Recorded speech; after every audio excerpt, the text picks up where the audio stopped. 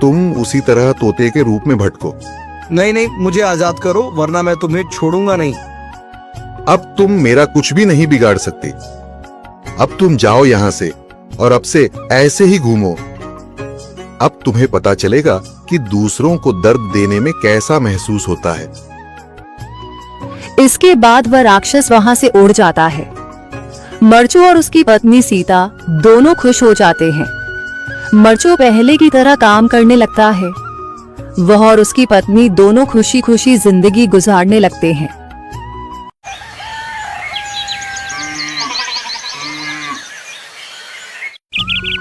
मरचू जंगल से लकड़ियां काटकर बाजार में बेचने गया, लेकिन उसे लकड़ियों के अच्छे दाम नहीं मिले।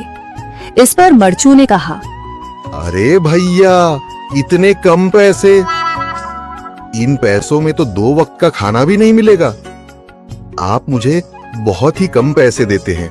मैं इतनी मेहनत से लकड़ियां काट कर आता हूँ, लेकिन उनके पैसे मुझे बहुत कम मिलते हैं। भैया, तुम्हारी लकड़ियां होती ही इतनी कमजोर हैं कि मैं इससे ज्यादा पैसे नहीं दे सकता। तुम्हारी लकड़ियों के बस इतने ही पैसे बनते हैं। अरे भैया, कुछ ज्यादा कर दो ना। वो क्या है ना कि इन पैसों का तो कुछ भी नहीं आता। मैं अपनी जिंदगी कैसे गुजारूंगा? भैया, तुम जाकर अच्छी लकड़ियां लाओ, तभी इन लकड़ियों का अच्छा दाम मिल पाएगा, वरना इन लकड़ियों का तो यही दाम है। ये सुनकर मरचू बहुत ज्यादा परेशान हो गया और पैसे लेकर किराने की दुकान से सामान खरीदकर घर आ गया। घर पहुंचते ही मरचू की पत्नी सीता ने कहा, अरे जी, सामान ले आए आप? हाँ जी, सामान ले आया हूँ।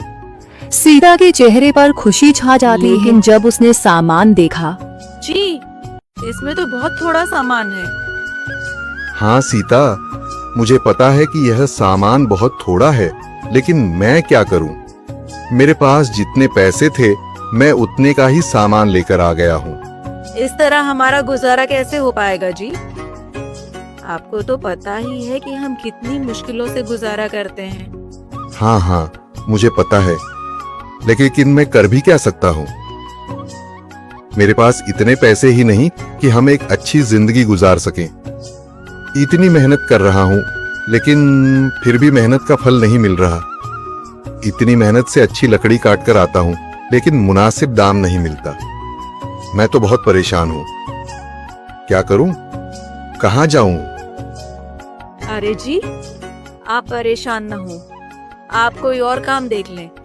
मैंने कई बार काम तलाशने की कोशिश की, पर किसी ने भी मुझे काम नहीं दिया। ये सुनकर सीता भी काफी ज्यादा परेशान हो गई। मरचू से सीता की परेशानी नहीं देखी गई।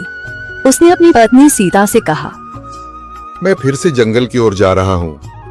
अरे जी, अभी मत जाइए ना, वैसे भी शाम हो रही है। आप कल चले जाइएगा, अभी मत जाइए। ठीक है, अगर तुम रोक रही हो तो मैं नहीं जाता। मैं कल चला जाऊंगा। इसके बाद मरचू गांव में घूमने के लिए चला गया। तभी उसे एक आदमी मिला और उसने कहा, कहाँ जा रहे हो भैया? और सुनाओ, क्या हाल चाल है? जिंदगी कैसे गुजर रही है? अरे भैया, तुम्हें तो पता है कि लकड़ियां काटकर कैसे गुजारा होता है। हाँ भैया, तुम सही कह रहे हो। और आसपास के जंगलों में अच्छी लकड़ियां भी नहीं है। इसके लिए तो जंगल के अंदर जाना पड़ेगा। पर जंगल के अंदर तो काफी सारे जंगली जानवर होंगे। मुझे बहुत डर लगता है भैया। मैं जंगल में कैसे जाऊंगा? हाँ भैया, जंगली जानवर तो होंगे, लेकिन अच्छी लकड़ियां तो वहीं से ही मिलेंगी। ये सुनकर मरचू बहुत ज्यादा परेशान हो गया, लेकिन वह आदमी बिल्कुल ठीक कह रहा था। जंगल के किनारे की सारी लकड़ियां कट चुकी थीं। अब सिर्फ जंगल के अंदर ही अच्छी लकड़ियां बची थीं। अगली सुबह मरचू